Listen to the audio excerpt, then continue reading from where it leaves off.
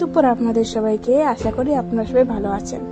দেখুন, এখানে আমি কলেজ থেকে ফিরে রেডি হয়ে গেছি। বলুন তো কোথায় যাব? কোথায় তো যাব, তাই জন্য তো রেডি হলাম। দেখুন রৌদ্র কিরকম উঠেছে। আজকে যাচ্ছি আমরা আমাদের অনুকূল ঠাকুরের আশ্রমে। আজকে তাল নবমী, আজকে ওনার জন্মতিথি পালন হচ্ছে, তাই আমরা সবাই গেলাম দেখুন আমাদের গুরুকে। তারপরে দেখুন এখানে গিয়ে আমরা প্রসাদ খেলাম, খেয়ে প্রায় 3-4টার লগে এসে পড়লাম। সন্ধ্যার সময় দেখুন আমার বাবা আমার জন্য চিপস নিয়ে এসেছিলেন।